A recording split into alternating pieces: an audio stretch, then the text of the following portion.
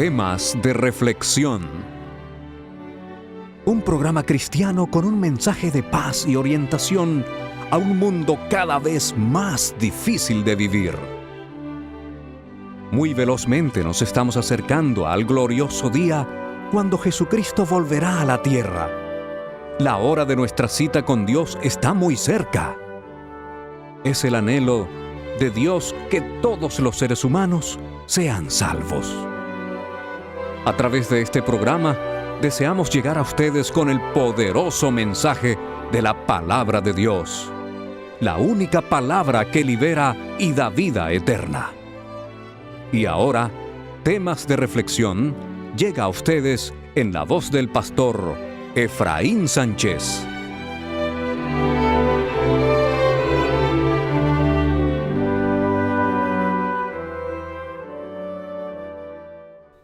Mis amigos, bienvenidos a su programa internacional Temas de Reflexión. Este es un programa cristiano que llega a ustedes como una fina cortesía de sus buenos amigos, los adventistas del séptimo día, y también de un grupo de apoyo que viene especialmente de la comunidad. Este es un programa en el cual perseguimos orientarles, mantener un buen contacto con ustedes y especialmente fortalecerles y orientarlos específicamente en temas importantes como el hogar, la familia, la juventud y sobre todo la vida espiritual. Señores, el programa de hoy tiene como fin orientarles acerca de esta festividad peligrosa como es el Halloween. Mi propósito es que ustedes puedan ver lo que hay detrás de esta diabólica festividad. La fiesta de Halloween, ustedes saben que siempre aparece ante nosotros con una cara agradable. Es una cara folclórica, infantil, una cara inocente. Y muchos piensan que la fiesta de Halloween es algo necesario para nuestros niños. Pero ¿se han preguntado ustedes qué hay detrás de los disfraces y los caramelos de esta fiesta? ¿Qué hay de malo, por ejemplo, en disfrazar a nuestros niños y permitirles salir a pedir dulces? Mi respuesta es que detrás de los disfraces, detrás de los dulces, detrás de las sonrisas, hay otra cara que casi nunca se muestra. Es una cara oculta. Mis amigos, pónganme mucha atención para que ustedes mismos puedan descubrir cuál es esa cara oculta del Halloween. Comenzaré mencionándoles cuáles son los orígenes de esta fiesta que también se conoce como la Noche de las Brujas, la Noche de los Demonios. Los datos que les voy a presentar en este programa han sido tomados de varias enciclopedias.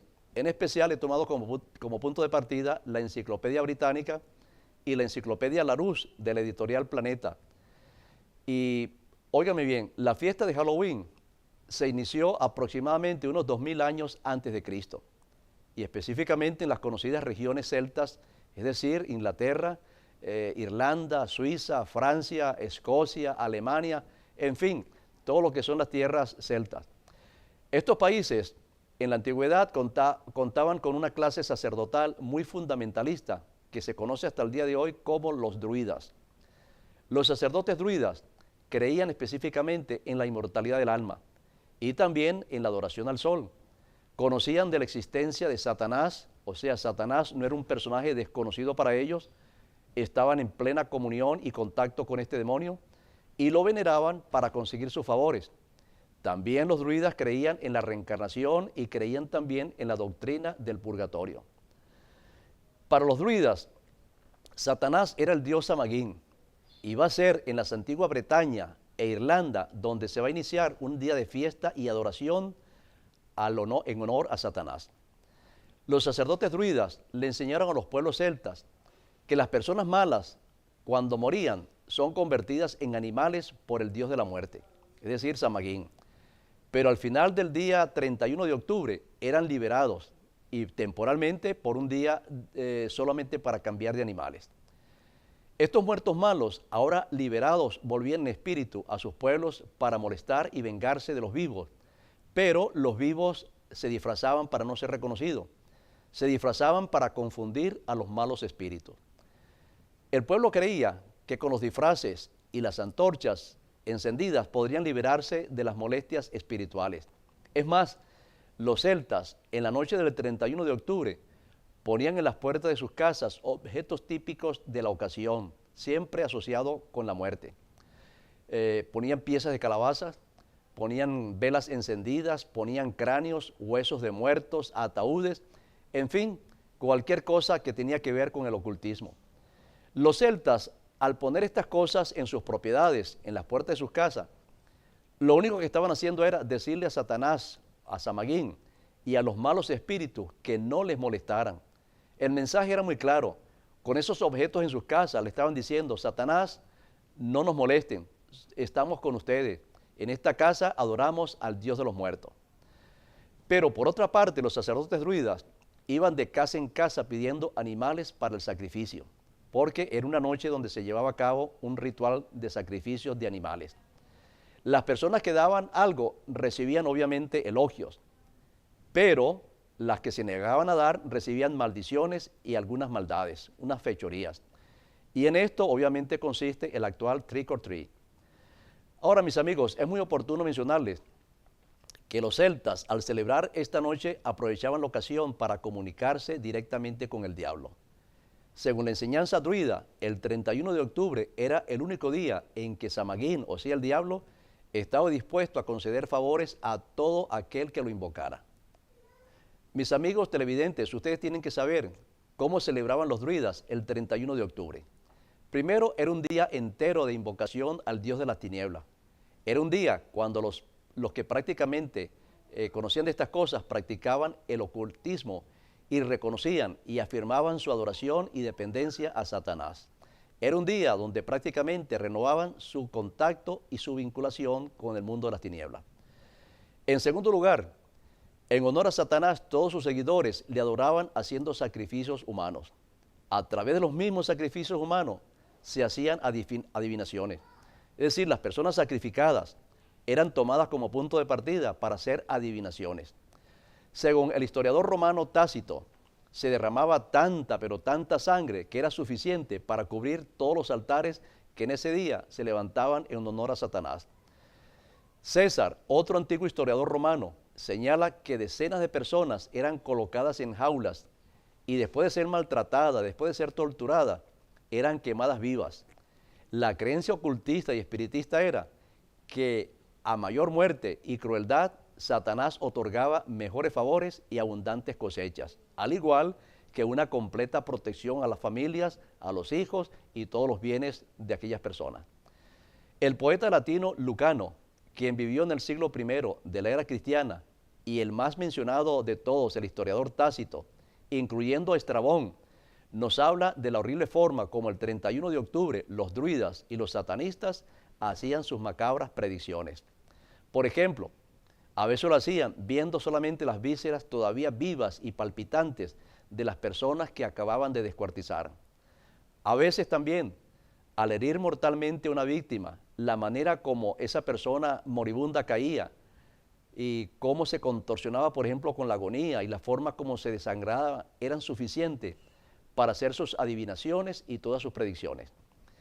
Mis amigos, todas estas asquerosidades eran celebradas con satisfacción cada año y por muchos siglos por los admiradores del ocultismo.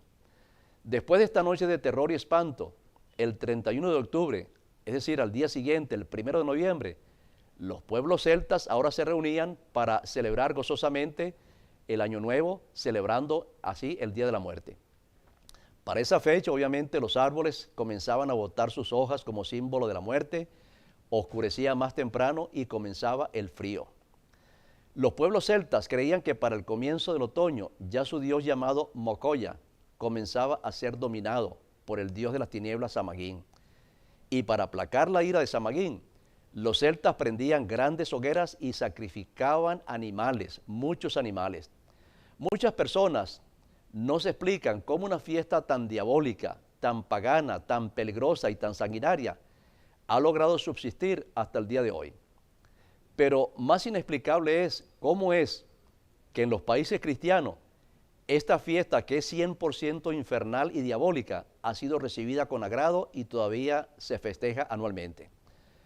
Los analistas religiosos y los teólogos modernos opinan que si en el pasado la Iglesia de Roma no le hubiese quitado la Biblia al pueblo, la Santa Biblia, el paganismo y el satanismo nunca hubieran avanzado hasta donde victoriosamente se encuentran en el día de hoy. Cuando la Iglesia le arrebató la Biblia al pueblo, El mundo obviamente se llenó de tinieblas y durante esa oscuridad la iglesia cristianizó doctrinas paganas, doctrinas no bíblicas, especialmente en cuanto a la inmortalidad del alma. Es más, hasta se creó el culto a los muertos, se creó la infame doctrina del purgatorio y las oraciones por los muertos. También en esa época, cuando el pueblo no tenía la Biblia y no sabía lo que era verdad y lo que era mentira, aparecieron misas y velas por los difuntos, creadas por la misma iglesia, que supuestamente estaba en la obligación de orientar al pueblo. En otras palabras, señores, la iglesia hizo todo lo que Dios siempre ha condenado. Ahora, la próxima pregunta es, ¿cómo llegó a América la fiesta del Halloween? Bueno, es muy notorio. Cuando las colonias protestantes formadas mayormente por los puritanos peregrinos que llegaron a estas tierras en el siglo XVII y establecieron sus colonias en los Estados Unidos, ellos, fíjense bien, ellos, estos puritanos que venían de Europa y que tenían en sus venas sangre celta, conociendo las grandes verdades de la Biblia y conociendo los peligros del espiritismo, le prohibieron al pueblo cualquier mínimo acercamiento al culto, a los demonios y al culto a Satanás. Es muy significativo saber que durante todo el tiempo que los protestantes que practicaban la Biblia enseñaron y practicaron los solemnes principios de la Santa Palabra de Dios en todos los Estados Unidos de Norteamérica, oigan bien, desde el año 1620 hasta 1845, por 225 años, jamás se hizo una fiesta pública en honor a Satanás en suelo norteamericano. No se realizó ni siquiera una sola reunión espiritista en la América protestante. Los seguidores de la Biblia siempre sintieron asco, sintieron repugnancia por todas estas cosas. Pero no va a ser sino hasta el año 1845 cuando las cosas comenzaron a cambiar en los Estados Unidos. Y fue un cambio completamente drástico. En ese año, 1845, una enorme cantidad de irlandeses católicos que huían de lo que históricamente se conoce como el hambre de las papas, llegaron a los Estados Unidos y prácticamente se tomaron gran parte del estado de Nueva York. Al año siguiente, o sea, 1846, los irlandeses católicos, los celtas, celebraron por primera vez en suelo de Norteamérica la primera fiesta de Halloween. Ahora, como si esto no fuera suficiente, 2 años más tarde y como un vigoroso refuerzo al culto a los muertos, el 31 de marzo de 1848, las hermanas Fox, entre ellas Margaret y Kate, en la colonia católica de Hydesville, en Nueva York, logran realizar su primera sección espiritista, dando origen al moderno espiritismo de Norteamérica. Oigan bien, mis amigos, y para completar el triángulo satánico del culto a los muertos, en 1892, el señor Isaac Ford, viendo la gran aceptación del espiritismo en Nueva York, creó y patentó la diabólica tabla Ouija, una tabla con signos especiales para consultar a los espíritus sin tener la necesidad de buscar un medio. Isaac Ford advirtió, cuando estaba patentando su invento, cuando lo estaba registrando, advirtió que todo aquel que utilice esa tabla se le aseguraba que iba a tener la asistencia de un espíritu que le iba a guiar y le iba a orientar en esa consulta hacia el más allá. Señores, ¿qué más prueba de esto, de que el espiritismo comenzó a florecer de una manera inesperada, pero dentro del marco profético? Ahora bien, otra pregunta que yo quiero que ustedes entiendan es la siguiente. ¿Será que el Halloween de hoy es totalmente diferente al Halloween diabólico de los antiguos celtas? Señores, por los estudios que se han hecho, por la experiencia que se vive cada año, el Halloween sigue siendo una fiesta de alto riesgo, sigue siendo una fiesta peligrosa para las familias, pero especialmente para los niños. Y la razón es muy sencilla, porque Satanás, el diablo que controla todo esto, es el enemigo número 1 de los niños y de la juventud. Es en esta época de Halloween cuando la policía, especialmente en Norteamérica, registra más casos de violencia y agresión, más niños desamparados, más niños suicidados, más niños abusados, envenenados, también hay daños a la propiedad, crímenes, suicidios y una completa violación por todas partes. Los satanistas del estado de California, por ejemplo, ya han anunciado públicamente en años anteriores que la noche del 31 de octubre es la gran noche de celebración y adoración al Señor de las Tinieblas. Esta es la ocasión cuando los santeros y los satanistas sacrifican lentamente a muchos animales como el chivo y a quien hacen sufrir enormemente partiéndole sus huesos en honor a Satanás. También se sabe que en la noche de Halloween son muchas las personas que se inician en la secta satánica. Y ahora otra pregunta interesante es, ¿y qué en cuanto a los disfraces, esa variación tan grande de disfraces que uno ve en forma sanguinaria en esta época de Halloween? Señores, según la tradición druida, los disfraces más comunes deben estar asociados al terror y lo fantasmagórico. Los disfraces de por sí evocan la maldad y se asocian específicamente con el ocultismo. Y saben ustedes, y lo habrán visto por casualidad, que un disfraz muy común en la noche de Halloween es el disfraz de Drácula. Mis amigos, ¿sabían ustedes que Drácula sí existió? Pero por supuesto que existió, pero no como el vampiro de Hollywood, sino como un cruel gobernante. Las conocidas enciclopedias hablan de Drácula con el sobrenombre del emperador Vlad Tepes, quien a su vez era el príncipe de Valaquia, o sea, lo que conocemos actualmente como Rumania. Este emperador diabólico vivió entre los años 1431 a 1476 y llegó a ser tan demoníaco que el término Drácula, con el cual se le conocía, viene del rumano drac, que quiere decir diablo. Durante su reinado de 6 años, este demente, este loco, masacró a más de 100,000 personas, porque su gran ideal era crear una Rumania sin ancianos, sin enfermos y sin gente defectuosa. Con estos objetivos diabólicos llevó a cabo su obra maestra de la maldad. Entre otras cosas, la historia señala una cena que el conde Drácula ofreció a centenares de mendigos y niños enfermos y desamparados. Y después que comieron en su casa y bebieron y fueron emborrachados, el conde Drácula les preguntó: ¿quieren ustedes vivir en este mundo sin más preocupaciones y sin más necesidad? Cuando aquellos infelices gritaron que sí, que esa era su voluntad, no tener más problemas en este mundo, entonces el conde Drácula dio la orden de bloquear todas las salidas y luego mandó a que le prendieran fuego a aquel lugar y en pocas horas todos aquellos infelices murieron quemados. Este personaje diabólico, Drácula, es muy recordado y exaltado en la noche del Halloween. Por otra parte, señores, está más que demostrado, está más que comprobado que en esta noche infernal está presente algo así como una extraña fuerza que casi obliga a los jóvenes y a los niños a organizarse en grupos y salir juntos y hacer alguna fechoría. Fechorías que lamentablemente a veces alcanzan grados impredecibles y lamentables. Por ejemplo, en una ocasión la prensa mencionaba el caso de una madre que quedó totalmente horrorizada y paralizada al leer en el diario secreto de su hijo de 19 años una nota que decía: le prometí a Satanás que si me ayudaba en los estudios, si me ayudaba en mi vida amorosa y me hacía un chico popular en el colegio, en el próximo Halloween yo robaría un carro y atropellaría a alguien.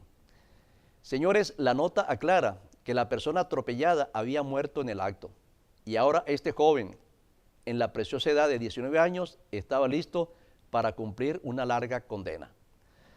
Señores, ¿será que después de oír este macabro informe sobre el aspecto diabólico de la fiesta de Halloween, usted siga pensando que es una noche como cualquiera, que es una noche folclórica, una noche para divertirse?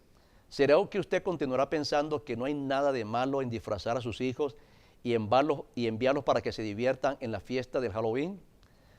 Mis amigos, si usted es cristiano y cree en la autoridad de la Biblia, en la palabra de Dios, usted ofende a Dios al celebrar esa noche diabólica del Halloween. Por ningún motivo los cristianos debemos mantenernos vinculados con el ocultismo o el satanismo, o específicamente en cualquiera de sus formas, como el asunto de rezarle a los muertos, hacerles misas, invocarlos, consultarlos y sobre todo adorarlos y depender de los muertos. Desobedecer a Dios en este sentido es cometer abominación y rebelión según la palabra de Dios. Mis amigos, a continuación quiero ofrecerles una vez más este maravilloso folleto que se titula Los peligros del espiritismo. Cuide su familia. En este folleto usted va a encontrar una amplia información acerca de lo que es la verdad en cuanto al estado de los muertos. Vivimos en una época, mis amigos, que por desgraciadamente no tener la luz suficiente, por vivir apartado de la fuente del conocimiento especial que es la palabra de Dios, vivimos adorando a Satanás y vinculados con el mundo de los demonios. En este folleto ustedes van a encontrar un estudio completo acerca de cuál es, según la Biblia, el verdadero estado de los muertos. Y voy a dejarle este pequeño mensaje para terminar. ¿Qué dice la Biblia en cuanto al estado de los muertos? En primer lugar, la Biblia dice que los muertos no saben absolutamente nada de lo que han dejado al morir. Hay un versículo muy importante que usted debería buscar en su Biblia. Me refiero al capítulo 9 y el versículo 5 y 6 del libro del Eclesiastés. Dice de la siguiente manera: porque los que viven saben que han de morir, pero los muertos nada saben, ni tienen más paga porque su memoria es puesta en olvido. También su amor y su odio y su envidia fenecieron y ya nunca más tendrá parte en todas las cosas que se hacen debajo del sol.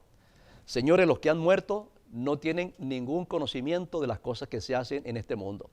La Biblia dice que hasta los hijos pueden ser honrados, la familia puede ser completamente agasajada, pero la Biblia dice claramente que los muertos no saben absolutamente nada. Señores, también es importante que usted entienda qué es el concepto bíblico acerca del espíritu. Porque muchas personas dicen, bueno, está bien, el cuerpo va a la sepultura, pero es el espíritu el que sigue adelante, el que sigue molestando o el que va a otro lugar. Pero es importante que usted entienda lo que dice específicamente Génesis capítulo 2, versículo 7. Este versículo dice de la siguiente manera: entonces Jehová Dios formó al hombre del polvo de la tierra y sopló en su nariz, oigan bien, oigan esta expresión, sopló en su nariz aliento de vida y fue el hombre un ser viviente. Cuando las personas nos preguntan en estos programas qué cosa es el espíritu según la Biblia, señores, tenga usted bien claro que el espíritu no es un ser inmaterial que se incorpora en el cuerpo en el momento del nacimiento. El espíritu según la Biblia es esa palabra ruach, que significa lo que nosotros respiramos. Bien dice el Señor, Dios hizo al hombre, pero para que ese hombre dejara de ser barro y se convirtiera en una persona, Dios le puso el aliento de vida. Esa palabra ruach significa lo que respiramos, significa el aliento, el soplo de vida. Ahora, ¿qué en cuanto al alma? Ahora dice más adelante el mismo versículo, y sopló en su nariz aliento de vida y fue el hombre un alma viviente. Según la Biblia, ¿qué es el alma? Mis amigos, el alma tampoco es un ser inmaterial. El alma es la misma persona ahora con vida. Todos los seres humanos que tienen vida son almas. Una persona que nace es una persona o es un alma que nace. Una persona que muere es un alma que muere también. El alma es mortal, porque dice la Escritura, todo aquel que peca tiene que pagar el costo de su pecado, que es la muerte. Ahora, también dice la Escritura que la muerte es un proceso inverso al de la creación. Dios creó al hombre del polvo de la tierra, alentó en su nariz el soplo de vida y el hombre se convirtió en un alma. No es que se le puso un alma, se convirtió en alma. Ahora, ¿qué pasa en el momento de la muerte? El cuerpo vuelve a la tierra y ya deja de ser entonces el alma y se convierte otra vez en tierra. Porque polvo eres y al polvo volverás, fue la sentencia bíblica del Señor. En este folleto hay otro quinto punto que usted lo va a estudiar detenidamente. Los muertos no regresan a sus casas. En el libro del patriarca Job, en el capítulo 7, versículo 10, lo dice en una forma muy clara. Dice, los muertos no regresan a sus casas. Y sobre todo es importante que también usted tenga bien claro en su mente que la muerte no es el fin de todo. Las personas que vivimos en este mundo tenemos que morir, porque la paga del pecado es la muerte, pero la dádiva de Dios es vida eterna en Cristo Jesús. Todas las personas que han muerto, señores, han de resucitar. Y la Biblia en ningún momento nos habla de reencarnación, ni transmigración del alma, ni predestinación, sino simplemente nos habla de una resurrección. Dijo el Señor Jesucristo allá en el Evangelio según San Juan en el capítulo 11, cuando las hermanas de Lázaro le dijeron, Señor, si tú hubieses estado aquí, mi hermano Lázaro no hubiese muerto. Y Jesucristo le dijo, tu hermano resucitará. Y ella como buena cristiana le dijo, sí, yo sé que mi hermano resucitará.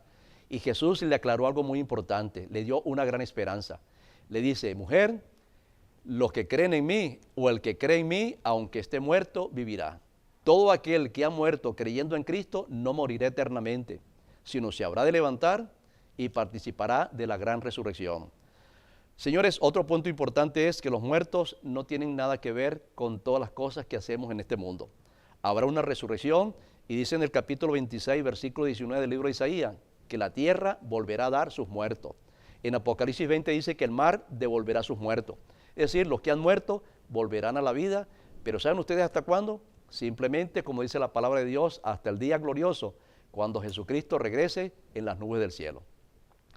Dios quiera que a través de este programa sus ojos estén bien abiertos para que usted no tenga nada, pero nada que ver ni con Halloween, ni con cualquier manifestación espiritista. ¿Qué es espiritismo? Señores, hay muchas cosas que son espiritismo. Vivimos en una época donde se le está haciendo culto a los ángeles y hay el culto a los arcángeles. Señores, esto es espiritismo. También entre la lista del espiritismo estaría el yoga, la misa por los muertos, rezarle a las benditas ánimas del purgatorio, como les llaman, participar de la tabla Ouija, inclusive pertenecer a ciertas organizaciones espirituales como la masonería o los Rosacruces. Señor, esto también está vinculado con el espiritismo. También el tarot, la magia blanca, la magia negra. En fin, señores, hay espiritismo por todas partes. La única forma de estar bien preparado y conocer la verdad es a través de este santo libro, la palabra de Dios. La Biblia dice, a la ley y al testimonio. Eso es en Isaías 8:20. Si no dicen conforme a lo que está escrito, si lo que dicen por ahí los santeros, los que hacen milagros, los que tienen amuletos, por ejemplo, como de la buena suerte, amuletos religiosos como el agua bendita, amuletos religiosos como la rosa bendita, la sal bendita, los apóstoles benditos. Señores, no crean en esto, crean más bien en la palabra de Dios. La única palabra que, repito, libera y da vida eterna. Les recuerdo entonces, nuestro folleto está a su disposición. Reclamen ahora mismo este maravilloso folleto. El espiritismo, los peligros del espiritismo, cuida a su familia.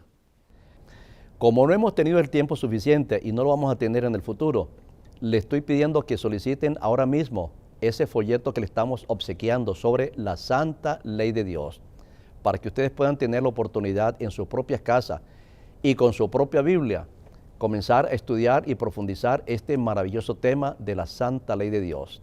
Recuerden que este material es completamente gratis. Junto con el folleto de la santa ley de Dios, también les estamos ofreciendo El Camino a Cristo, la maravillosa obra de todos los años. Por mucho tiempo se ha estado editando este libro maravilloso, El Camino a Cristo. Solicítelo también completamente gratis. Es un libro maravilloso que nos habla acerca del poder y la grandeza de Jesucristo. ¿Cómo puede el hombre encontrarse con Cristo? ¿Cómo puede comenzar a tener una experiencia personal con Cristo? Señores, esta es la misión de este libro, El Camino a Cristo. Ayudarle a entender los maravillosos caminos de la salvación y de la redención que solamente Jesucristo le puede ofrecer. También queremos ofrecerle otro librito llamado La Segunda Venida de Cristo y el Fin del Mundo. Es una obra, mis amigos, que usted no por nada del mundo debe dejar de recibir. Llámenos ahora mismo, ahí está recibiendo usted ahora mismo en su pantalla donde puede comunicarse con nosotros. Mis amigos, lamentablemente el tiempo se nos ha terminado, pero recuerden que hemos ofrecido a ustedes algo valioso como es el libro El Conflicto de los Siglos. Mis amigos, que Dios les bendiga y Dios les dé cada vez más conocimiento de la santa palabra de Dios.